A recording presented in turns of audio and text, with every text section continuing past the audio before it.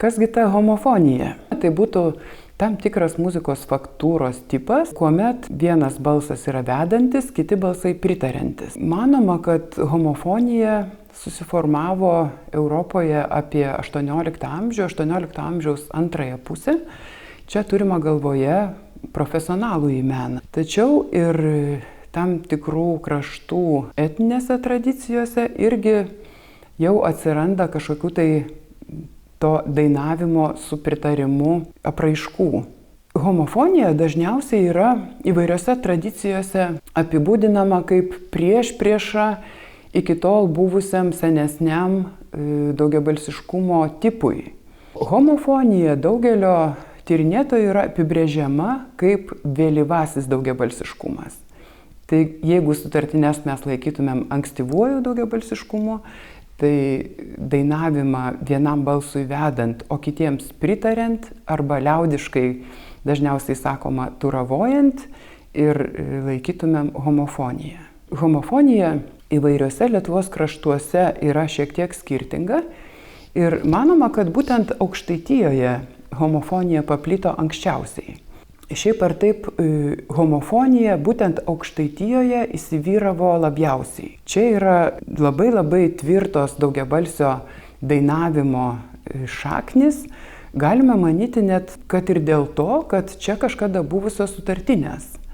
Tiesiog matyt buvo labai stiprus bendruomeniškas dainavimas ir išnykus pamažu vienam stiliui atsirado jo vietoje kitas labai galingas, išstumęs sutartines.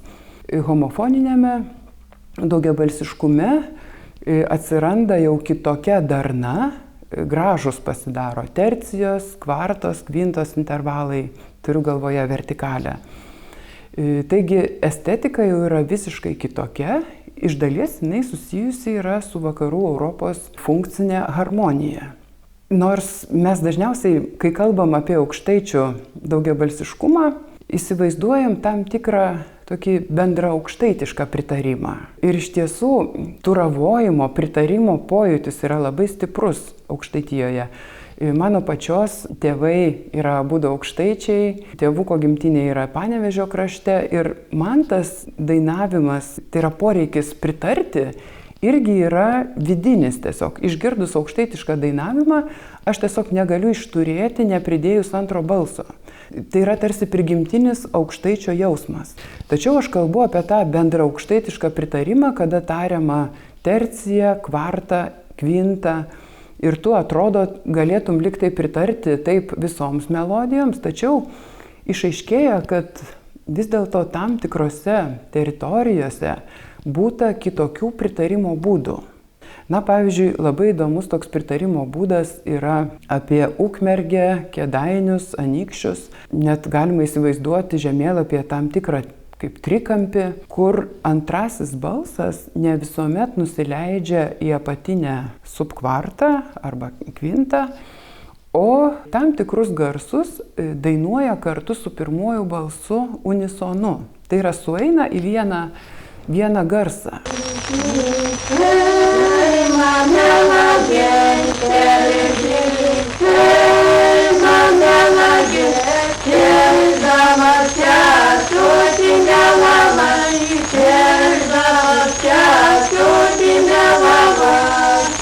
Įdomu, kad tokį pritarimą lemia tam tikros melodijos intonacijos. Ne bet kokią melodiją gali tai pritarti.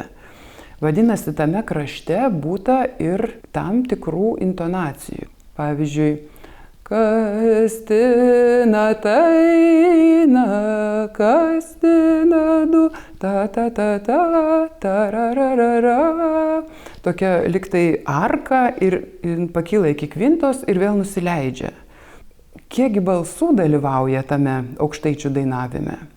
Dažniausiai pirmąją tą vedamąją melodiją atlieka vienas dainininkas, kaip sakoma, vedėjas. Tai žmogus, kuris turi kažkokį tai išskirtinį balso tembrą, tai gali būti šiek tiek toksai rėksmingesnis ar kažkoks skaidrus labai su tam tikru vibrato.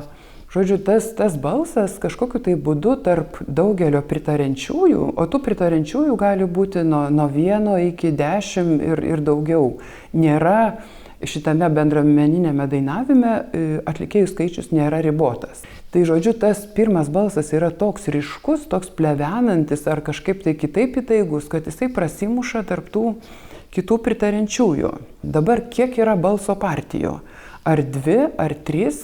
Kartais net sunku nustatyti, nes liktai girdime iš esmės 2 balso partijas, tačiau iš tų daugelio pritarenčiųjų, žiūrėk, vienas ar kitas dainininkas ima ir prideda dar kažkokį vidurinį balsą ar kažkokį boselį nedidelį. Ir taip retkarčiais susidaro liktai 3 balsai. Bet to neįvardintumėm nei kaip dvibalsiškumo, nei kaip, greičiau tai tarsi dvibalsiškumas su tam tikrais epizodiniais tribalsiškumo variantais. Tačiau yra ir jau tikrojo tribalsiškumo atveju. Tai vienas tokių būtų, tarkim, Nibragalio kaimo, Panevėžio rajono dainavimas su bosavojimu, kaip jie patys vadina. Tai yra jau skirtingos funkcijos. Pirmas balsas veda, 2 turavoja, o trečiasis balsas, vėl tai gali būti viena dainininkė arba daugiau, bosija. Dar vienas toks įdomus dalykas tai yra, kada pritariama melodijai ne iš apačios, o iš viršaus. Tai toks pritarimas galimas keliais atvejais, kartais pati melodija būna tokios struktūros, tarsi naujesnė šiek tiek, kad jinai tiesiog prašosi pritarti jai iš viršaus. Gali būti dainuojama čia, pavyzdžiui, 2 balsais. Vienas dainuoja melodiją, o kitas iš viršaus pritaria. O gali būti ir tam tikri politembriniai, daugelio tembrų atvejai. Pavyzdžiui, teko užrašyti nemažai tokių atvejų Pakruojo krašte, kada dainuoja didelė žmonių grupė, moteris veda žemai, vyrai turavoja jai irgi iš apačios, įprastai, gali per terciją, kvartą, kvintą, o kartais dar ir per oktavą žemiau. Kai kurios moteriškės, kurių žemi balsai irgi pritarė siaurais intervalais, tercija, kvinta, kvartą, bet kurioms yra per žemai, jos pritarė aukštais, plonais balsais iš viršaus. Ir susikūrė tokia daugiasluoksnė partitūra, kartais net iš 4 ar net 5 skirtingų tembrų ir toks susidaro gilus, klampus skambesys. Ir tas, aišku, viršutinis balselis, jisai labai, nors nėra garsiai dainuojama, jisai prasimuša ir yra girdimas.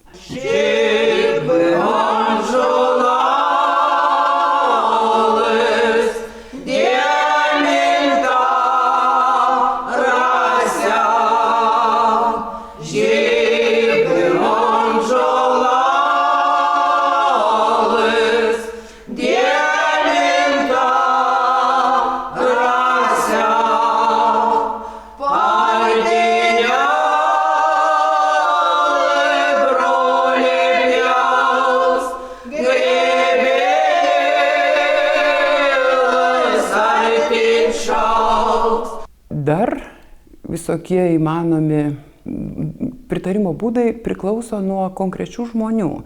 Tarkim, teko pastebėti irgi, kad viena moteriškė labai linkusi bosuoti. Visos pritarė įprastai turavoja, o ji prideda tokį bosavimą ta. Žodžiu, visą laiką jai tiesiog yra taip gražu. Ir jeigu tik ši moteriškė nedainuoja, tai toje grupėje jau nelieka to bosavimo.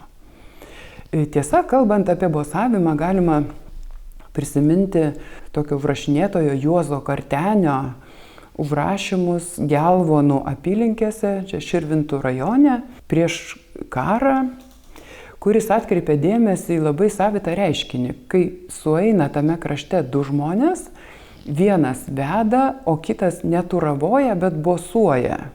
Būtent taip, kaip aš ir dainavau, tik tai tais 2 garsais. Tai būtų tarsi tonika dominantė, bet ne visiškai atitinka funkcinės harmonijos dėsnius. Tiesiog užtenka tų 2 garsų, norint palaikyti pirmajam balsui akompanimentą.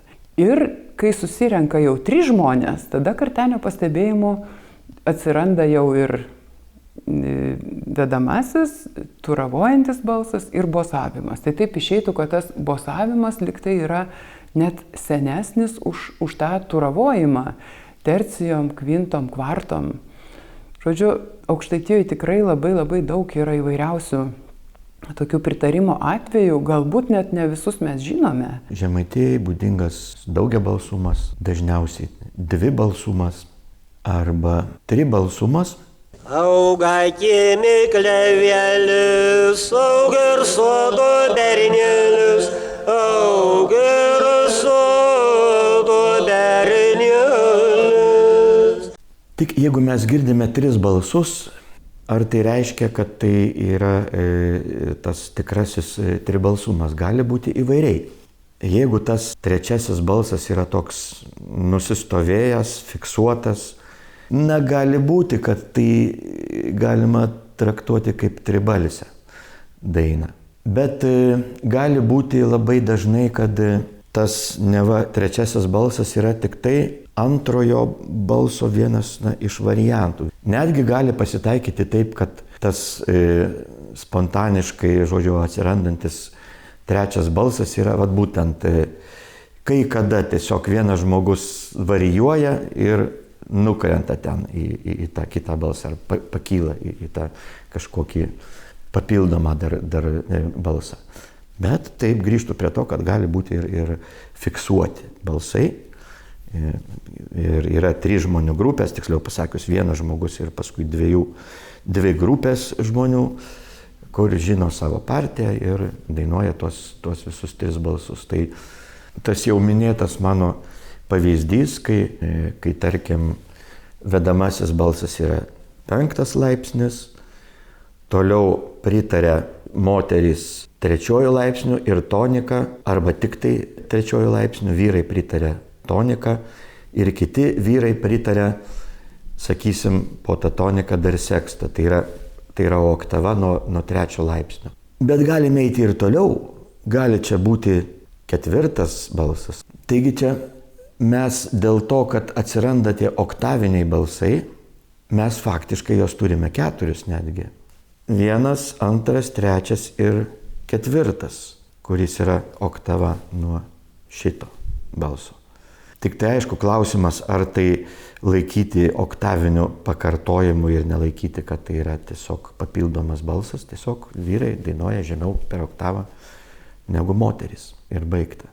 Ar tai laikyti kažkokiu dar papildomu balsu.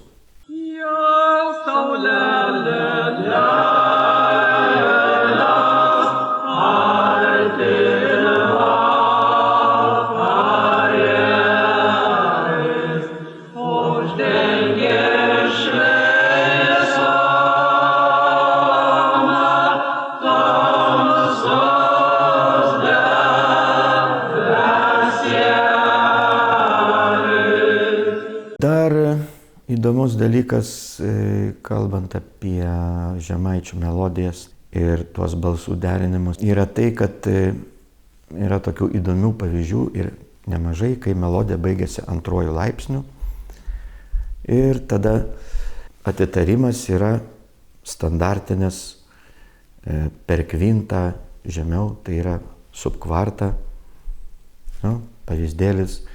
Lieki sakalas, lieki sakalas per ežerėlį. Eina į apačią, ne? Kai tonika būtų lieki sakalas, prasideda nuo 2 laipsnio. Dermės. Paprastai tas žemaitiškas dainavimas daugiabalsis yra mažorinio atspalvio, bet ten galima visokių dalykėlių irgi rasti. Ypač vedamasis balsas nevengs 4 laipsnio aukštinti ir tada bent jau trumpam susidarys kažkokie keisti intervalai. Žalio girelė, žalio, nebūtinai žaliogi, žalio